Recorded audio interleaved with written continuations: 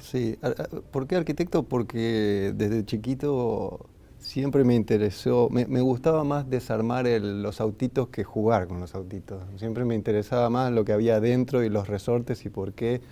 Todavía recibo críticas de mis hermanos hoy en día de que le hice mierda a todos los autos. Eh, y eso me llevó a la escuela técnica ahí de Calchaquí, Amoedo, la NET número 3. Eh, Cuando terminé construcciones, bueno, ahí estaba como medio entre arquitectura e ingeniería, me gustaba el cálculo, había tenido mejores profesores ingenieros que arquitectos. Y viste, en el industrial también hay como una cosa de que los arquitectos son medio como flojitos, que es una cuestión de macho, de machismo de los 90, que no sé si hoy cambió dentro de la escuela industrial, ojalá que sí. Y, y cuando fui a la facultad me enamoré de la Universidad de La Plata. Es hermosa, el bosque, el edificio, el ambiente. Un compañero me llevó a recorrer toda la universidad y dije, ¿qué es acá? Así que ahí me anoté en la facultad. Y cuando empezaron las clases y todo, bueno, descubrí que era mi vocación, no solo una carrera, sino que experimentar en un trabajo era algo que no me había pasado en ningún momento de mi carrera, digamos, estar copado desarrollando un trabajo que te había dado un profesor era algo impensable. Claro, te sentiste cómodo, te sentiste bien ahí, a gusto. Apasionado más que cómodo, absorbido. ¿En qué años estudiaste?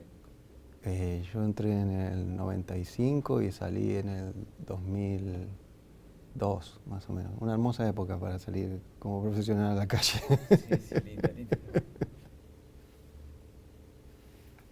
Mi experiencia profesional fue desde que salí de la facultad, digamos, empezar a buscar trabajos. Estuve haciendo trabajos antes, pero al salir de la facultad, digamos, empecé a buscar trabajos en forma individual. No había trabajos en estudios y ese tipo de cosas, así que salí a la calle a buscar lo que había. Sí, De, 2002 era de complicadísimo, 2003. cambiar caño de cloaca, ¿no? O sea, digamos, lo que apareciera. Eh, y de a poco, bueno, fui teniendo una experiencia personal en obras muy chiquitas, de refacciones y ese tipo de cosas. Una experiencia que recuerdo que fue interesante, que fue reformar una casita, una casa chorizo, donde a la gente le interesaba tener más luz, porque las casas chorizo son un poco lúgubres y las carpinterías y todo este tipo de cosas. Y a nosotros se nos ocurrió poner todos unos paños fijos alrededor de estas carpinterías como para que entrara luz. Eh, y el costo que tenía la perfilería metálica para poder sostener estas famosas paredes de 30, estructurales y todo eso, era más caro que toda la obra. Por lo tanto, tuvimos que ir para atrás y repensar esa idea. Y lo que nos ocurrió es como decir, bueno, hago unos arcos de punto, vuelvo a 2000 años para atrás, hago unos arcos de punto y autosostengo la pared de 30. Pero nos parecía un poco aburrido, ¿viste?, hacer un arco de punto así. Entonces empezamos a poner los arcos de puntos verticales en formas alocadas, llamémosle. Entonces eso generó como una combinación entre una casa totalmente tradicional y una arquitectura como que salía con dos mangos, porque eran paños fijos que se compraban en una carpintería a las 5 cuadras de la obra, sin estructuras, sin nada complicado. De hecho, tuvimos que dibujarle al albañil, porque el albañil también era alguien acotado al presupuesto, le dibujamos nosotros, porque viste, tomar el radio en un punto y era algo relativamente complejo para él. Entonces le dibujamos en la pared con lápiz y él hizo el agujero en ese lugar y después colocó esas carpinterías.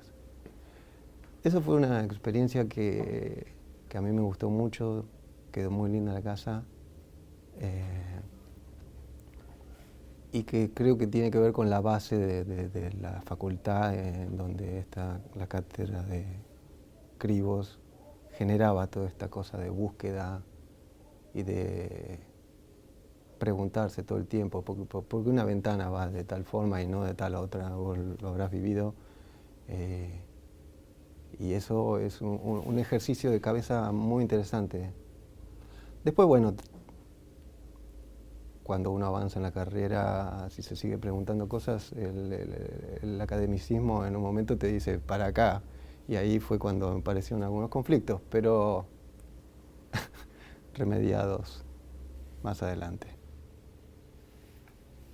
Para mí la facultad fue la cátedra de diseño, como le llaman en Buenos Aires, o arquitectura, como le dicen en La Plata, la troncal. Las demás eran puntos que giraban alrededor y yo trataba de patearlos y de aprobarlos con el menor esfuerzo posible para poder dedicarle todo el tiempo a pensar en diseño y en arquitectura. Creo que eso me dio una estructura de pensamiento que a mí me pareció muy interesante, que valoro hoy en día, que tiene que ver con esto que acabo de contar, de poder darle una vuelta de rosca a una pregunta de cómo resolver una ventana que no es estandarizada. Pero bueno, obviamente hay un montón de baches donde uno sale a la calle haciéndose una pregunta y no tiene más herramientas que esas, que la pregunta. Entonces, no tengo respuesta de cómo se solucionan esos baches, en absoluto. Aunque estoy rodeado de docentes en mi familia, no tengo idea cómo se sustentan esos problemas. Pero sí, obviamente yo necesité 10 años de mi carrera para poder decir que estaba empezando a ser arquitecto. Empezando a resolver cosas. Empezando a pensar como arquitecto. Sí. Bueno, yo tuve la suerte de estar en obras como muy grandes. Cuando hice mi experiencia como arquitecto independiente, fui trabajando puntualmente para algunos estudios y bueno, en un momento uno de esos estudios, Ricardo Grosso Asociados, me llamó para ir a hacer la dirección de obra, a estar en la obra, como parte de la dirección de obra en la terminal del colectivo de 60, una obra de 50.000 metros cuadrados, 5.000 metros cuadrados, completamente metálica, que se traía de Santa Fe. O sea, había un margen de error, los ingenieros nos decían, de 3 milímetros, en una nave que tenía 150 metros de largo. Entonces, yo venía de trabajar, de dibujar en la pared con el lápiz para que el albañil de muela, en donde yo le dibujaba, a pasar a un topógrafo con la estación, ¿no? Y fue en ese momento un cambio de cabeza muy fuerte, me tuve que subir a ese ritmo y a esa obra y a una estructura de trabajo totalmente distinta. Eso me dio una experiencia muy, muy, muy interesante. Y de ahí pasé a una obra de 54.000 metros cuadrados, que es el edificio corporativo del Banco Santander, donde ahí no había límite de presupuesto. No solo era una obra enorme, con las constructoras más importantes del país, sino que se traían cosas de China, de Europa, de todo el tiempo. Si estaba aprobado por la gente del banco, podía salir lo que salga, que se iba a ejecutar. Así que había un diseño de escala 1 en 1 de las cosas, determinaciones increíblemente detalladas, con un pensamiento racional, moderno, arquitectónico, pero de diseño, de determinación de primer nivel. Entonces eso fue también una segunda experiencia donde pasé de la nave, que era un domo gigante así, pero que venía como embalado, y a algo donde era artesanal el diseño de cada detalle, cada terminación, cada zócalo. Y con buen bolsillo. Y con buen bolsillo, exacto. Sí, sí, sí. Y por último pasé a la obra del aeropuerto de Ezeiza, donde era una combinación de los dos.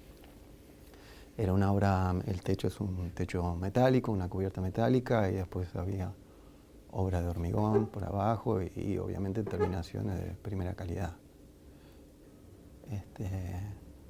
Muy interesante. Ahí yo pasé a la constructora principal y estaba en el cargo de jefe de oficina técnica, así que teníamos que desarrollar, ese también fue una segunda vuelta de rosca, de tener que desarrollar la de ingeniería para ese edificio. O sea, no eran detalles de arquitectura, sino tenía que desarrollar los espesores de chapa, qué sé yo, de cada terminación. Eso fue también otro desafío muy interesante de llegar a entender el conocimiento del material, el funcionamiento del material, de una forma de ingeniería. Yo estaba en estas obras, en mega obras, donde de vuelta venía el topógrafo de la constructora con su estación total, el otro topógrafo de la dirección de obra, el ingeniero, el arquitecto de acá, el arquitecto de la dirección de obra, 15 profesionales para poder poner un punto en un lugar. Y el fin de semana viajaba a estas pequeñas obritas en Chascomús, por ejemplo, o la otra en Chapadmalal, donde una de las formas de replanteo, cuando yo llegué estaba hecho el replanteo, y justamente viajé para revisar el replanteo y le digo, bueno, pero esto vos verificaste que estaba en escuadra. Le pregunté al señor Luis y me dice, vos quédate tranquilo que está en escuadra. Y le digo, bueno, pero decime cómo lo sacaste. Entonces agarra un porcelanato cuadrado y lo pone sobre el cruce de los hilos y me dice, quédate tranquilo que está perfecto. Entonces, esas diferencias para mí eran espectaculares, eran muy divertidas. Después la casa terminó quedando bien, cuando realmente se puso el piso, viste que el piso adentro te buchonea, si vos hiciste bien, estaba perfecto. Así que fue una experiencia muy... ¿Y cómo es cómo llegaste a esa casa? ¿Quién te contrata? ¿Cómo llegas a hacer esas casas? Un amigo mío me contrató, me dijo, quiero hacer una casita en las afueras de Chascomús.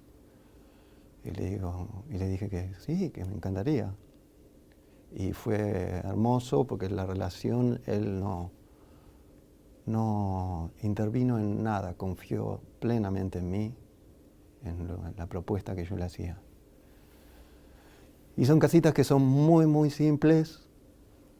Parten las dos casas de un prototipo de casa a dos aguas, el arquetipo de la casa que uno tiene en la cabeza cuando es chiquito,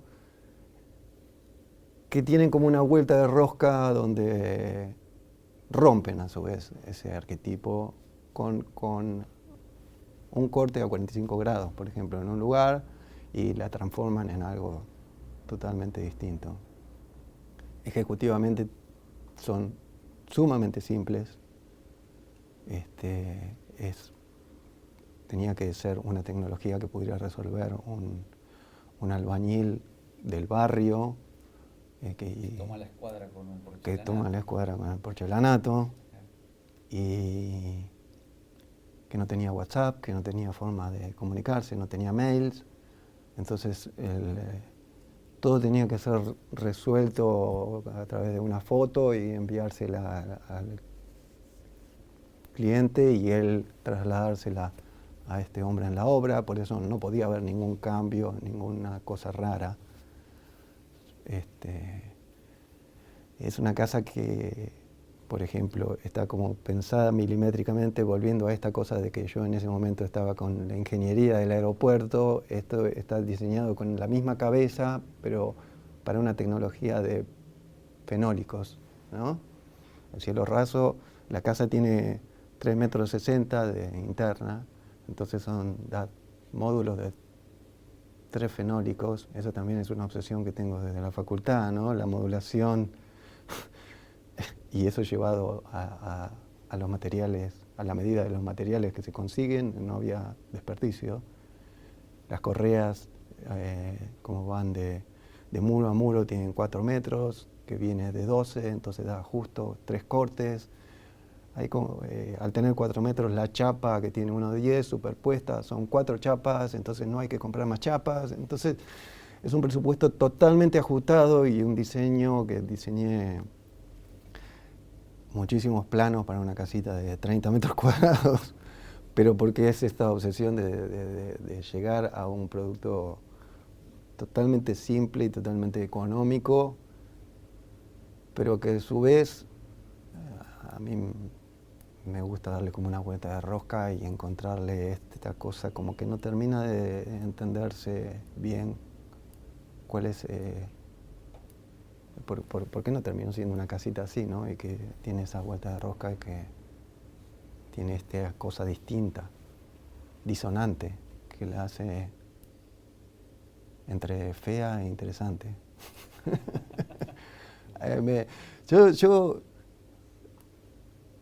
Yo me propuse un par de veces de hacer unas casas lindas, pero no me salen. ¿Alguna obra que te guste? Y yo estaba a 5 cuadras de la casa Curuchet, digamos, estudiando en La Plata todos los días, en donde había una hora libre, yo me iba a dar una vuelta.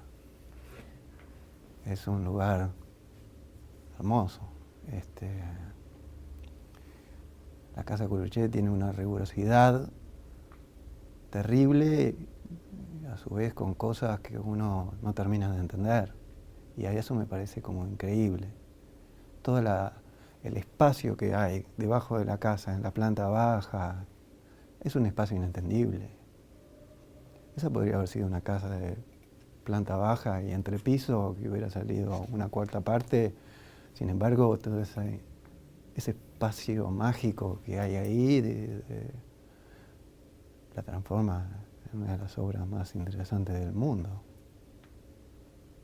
El tipo exagera. Si vos te olvidaste algo, te olvidaste en el dormitorio algo, tenés que después volver a subir 3 pisos para ir a buscarlo. Es algo totalmente incómodo, ¿no? O sea, sin embargo, esas cosas como que a mí me llaman muchísimo la atención y me parecen como terriblemente interesantes. Estas cosas de vuelta disonantes, llamémosle, si fuera música, donde no hay una explicación lineal, se rompe un poco la linealidad y saltan a otra cabeza.